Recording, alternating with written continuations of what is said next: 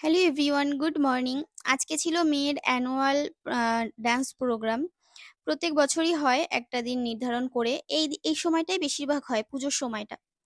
তবে বাচ্চাদের কিছু পরীক্ষা হোক বা যাই হোক না কেন, মানে কি বলবো, ওরা একদম ঝাড়া হাত পায়ে ঘুরে বেড়ায় খুশিতে, যেন কিছুই না। কিন্তু টেনশন হয় সব আমাদের। যত কিছু কেনাকাটা বলো, তারপরে ওদের যদি এক্সাম হয় সেখানে মানে ওদের পাশে বসে থাকা মনে হয় আমরাই পড়া মুখস্থ করছি। যাক, গাছ থেকে চাল কুমড়ো পেড়ে নিলাম, শাশুড়ি মা রান্না করবে। আর এদিকে দেখো, মেয়েকে আমি নিজের হাতে আজকে সাজিয়ে দিয়েছি সুন্দর করে। কেমন লাগছে অবশ্যই জানিও। আই মেকআপ থেকে শুরু করে সমস্ত কিছু কিন্তু আমিই করেছি। আর ওকে সাজাতে গিয়ে আমার অবস্থা কি হয়েছে দেখো। টাইম ছিল ৬টা, একদম মানে ডট ৬টার মধ্যে এখানে সবাই পৌঁছে গেছে, নাচ স্টার্ট হয়ে গেছে, দিদিদের ডান্স হচ্ছিল। এটা ছিল শ্যামনগর ভবনে, তোমার রবীন্দ্র ভবনে।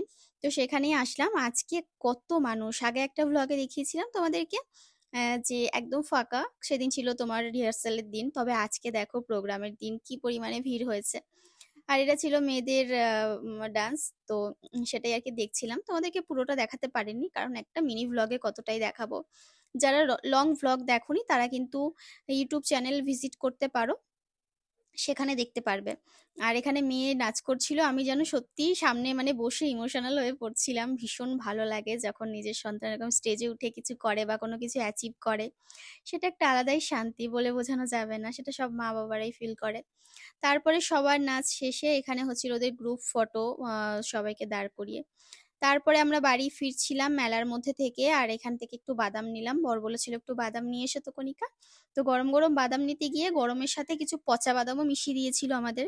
সেটা পরে বুঝতে পারলাম বাড়িতে গিয়ে, মানে কি অবস্থা ভাবো। ভালো বাদাম কিনতে এসে বললাম ভালো দিও, সেই গরম বাদামগুলো ভালো ছিল, আর যেগুলো ঠান্ডা ছিল সেগুলোর মধ্যে পচা আর বালি ভর্তি ছিল। তো এই ছিল আজকের ভ্লগ। চলো সবাই ভালো থেকো, সুস্থ থেকো, আবার দেখা হচ্ছে তোমাদের সাথে। টাটা।